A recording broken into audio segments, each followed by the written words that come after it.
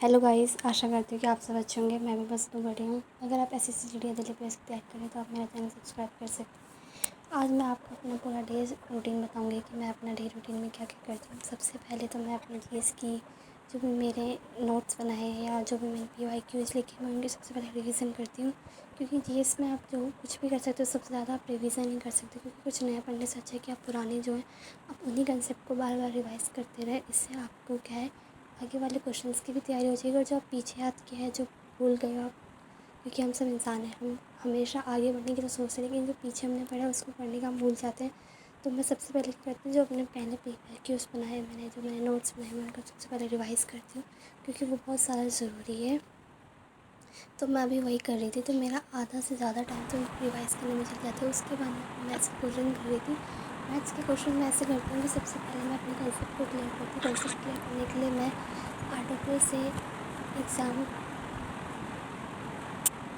RWA से मैं अपने जो सर है उनसे मैं अपनी क्लास लेती हूँ। तो मैं क्वेश्चन कैसे करती हूँ, मैं सबसे पहले क्वेश्चन देखती हूँ, फिर वीडियो को पॉज करती हूँ, फिर खुद करने की कोशिश करती हूँ। अगर वो क्वेश्चन नहीं होता है तो फिर मैं उसका आंसर देख लेती हूँ कि मैंने क्या अप्रोच लगाई थी और सर ने क्या अप्रोच है, तो उससे मुझे पता चल जाता है। तो मैं हमेशा अपने जो भी क्वेश्चन आंसर है मैथ्स के जो भी मैं क्वेश्चन सॉल्व करती हूँ उसके लिए मैं पहले अपनी वीडियो को थोड़ा सा पॉज कर लेती हूँ, उसके बाद मैं उसको स्टार्ट करती हूँ। तो मैं ऐसे करी। उसके बाद मैंने मैथ्स से जो 20 क्वेश्चन लगाए थे, जो मेरा सब्जेक्ट जो मैंने आज मैथ्स में उसके चैप्टर वो था परसेंटेज। तो पहले परसेंटेज के मैंने कुछ क्वेश्चन सर की वीडियो से लगाए थे सब्जेक्ट वाइज। उसके बाद मैंने खुद अपने क्वेश्चंस करे 20 जो मुझे लगा मुझे लगाने चाहिए, तो मैंने वो वाले क्वेश्चंस करे थे। तो मैं ना एक बारी में ये नहीं कि सारे क्वेश्चंस एक साथ करूँ, नहीं, पहले कंसेप्ट क्लियर करूँगी। कंसेप्ट क्लियर करने के बाद छोटे क्वेश्चन जो सर की वीडियोज़ में वो करूँगी। फिर जो मुझे लगेगा और अपने आप को बूस्ट करने की ज़रूरत है तो फिर मैं खुद क्वेश्चंस लगाती हूँ अपनी बुक से 20 क्वेश्चन। तो मैं भी वो लगा रही थी। और इसमें कुछ ऐसे नहीं कि बिल्कुल आसान ही आसान रखूँ, नहीं, पहले थोड़े इजी फिर मॉडरेट और फिर हार्ड। उससे क्या होता है आपका एक लेवल बना रहता है। तो मैं वही वाले क्वेश्चन सभी कर रही थी।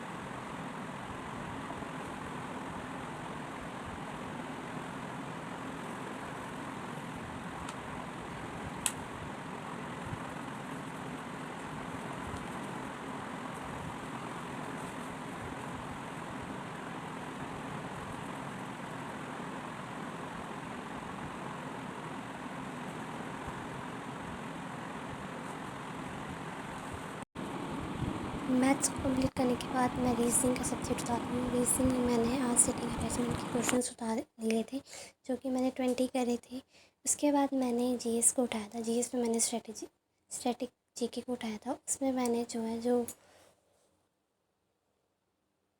इम्पॉर्टेंट ऑर्गेनाइजेशन से मैंने वो वाले चैप्टर्स आज उठाया था। तो उसके मैं सारी रिवाइज़ करी थी कि कौन कौन से इंपॉर्टेंट है, उनकी स्थापना कब हुई, उनके अध्यक्ष कौन है या उनका हेडक्वार्टर कहाँ पे। तो मैं आज उसका रिवाइज़ कर रही थी। तो मैं ये सब रिवीजन जो है नवीन सर की जो स्ट्रेटेजी की बुक है जीएस सुधा से करती हूँ। तो पहले मैं इसके जो है पूरे के पूरे रिवाइज़ कर लेती हूँ। उसके बाद मैं MCQ लगाती हूँ। आप सब पूछ रहे थे कि आप MCQ कहाँ से लगाते हो, तो मैं MCQ गगन सर की ऐप से लगाती हूँ। वहाँ पे सब्जेक्ट वाइज आपको सेक्शन वाइज सारे के सारे टेस्ट दिए रखे होते हैं। तो मैं वहीं से जो है अपने MCQ सेक्शन वाइज लगाती हूँ। तो मैं अभी वही पढ़ रही थी। इसको पढ़ने के बाद मैं एक बार फिर से नोट्स जो है रिवाइज़ करती हूँ। तो सबसे पहले मैं अभी रिवाइज़ कर रही थी और मैं पढ़ने के साथ एक टेक्निक भी यूज़ करती हूँ, वो है स्कैन टेक्निक। इसके लिए आपको क्या करना होता है, आपने जो भी कुछ भी पढ़ा है उसको आपको अपने मेमोरी में आँख बंद करके एक बार रिकॉल करना होता है कि अच्छा वर्ल्ड हेरिटेज साइट कहाँ पे है, कौन सी है, कितनी है, 44 है, 45 है, वो सब आपको एक बार आइज़ क्लोज करके एक बार रिकॉल करना था। उससे क्या होता है, आपकी मेमोरी शार्प होती है और वो आपके ब्रेन में जो है स्टोरेज बना लेता है। फॉर एग्जांपल जैसे कि वर्ल्ड ट्रेड ऑर्गेनाइजेशन का हेडक्वार्टर कहाँ पे है, आँखें बंद करो, कब स्थापना हुई थी, 1945 में। क्या पहले उसका नाम क्या था, गैट, अब क्या नाम है, WTO। तो इस तरह से आपको पहले जो है उसको रिवाइज़ करना पड़ेगा, फिर ही आप जो है अपनी जो जीएस की स्ट्रेटजी उसको स्ट्रॉन्ग कर सकते हो। तो मैं तो वही करती हूँ। जीएस करने के बाद जो मैं कंप्यूटर के क्वेश्चंस पढ़ी थी। कंप्यूटर में क्वेश्चंस क्या, मैं तो शॉर्टकट कीज़ पढ़ रही थी कि कौन कौन सी shortcut keys, control plus enter, control plus A, control plus B, shift plus alter plus control plus enter, ये सब मैं जो है कर रही थी। तो वही मैं कर रही थी, क्योंकि कंप्यूटर में मैंने अपना जो है पूरा का पूरा एक बार ही सब सिलेबस जो है कंप्लीट कर लिया है। लेकिन मैं शॉर्टकट केस में थोड़ी कन्फ्यूज़न हो जाती है, क्योंकि वो मैंने अच्छे से नहीं पढ़े होते। तो मैं उसी की अच्छे से रिवाइज़ कर रही थी। उसके लिए पहले मैं एक बार पढ़ती हूँ, फिर आँख बंद करके उसको जो मैंने बोला स्कैन टेक्निक में उसका मैं यूज़ कर रही थी। और मैं लिख लिख कर भी प्रैक्टिस करती हूँ, क्योंकि लिखने से भी कई लोगों को याद हो जाता है और मैं उनमें से को तो मुझे लिख लिख के भी याद हो जाता है। तो मैं वही कर रही थी। पहले मैंने जो शॉर्टकट की थी उनके नेम लिखे, फिर उनको बंद करके आँखें बंद करके उसको रिकॉल करके लिखने की कोशिश की कि उसका क्या था, कहाँ पर यूज़ होता है। तो मैं वही लिख लिख कर प्रैक्टिस कर रही थी। तो आप सभी बताना कि आप लोग कैसे प्रैक्टिस करते हो अपने जीएस को स्ट्रॉन्ग करने की। मेरी तो स्ट्रैटेजी यही है कि स्कैन टेक्निक यूज़ करो, जितनी से जितनी आप कर सकते हो। उसके बाद मैं एक बार फिर से उनको रिवाइज़ करने बैठ गई थी, क्योंकि आपको 2-3 बार तो रिवाइज़ करना ही पड़ेगा। ऐसा नहीं कि एक बार अपने अपने आँखों के सामने से निकाली तो आपको याद आएगा, नहीं। हमें 2-3 बार तो रिविज़न करना पड़ेगा, क्योंकि हम लोग ह्यूमन हैं और हम लोगों में भूलने की आदत बहुत ज़्यादा होती है। तो मैं वही बार करके रिवाइज़ करने की कोशिश कर रही थी।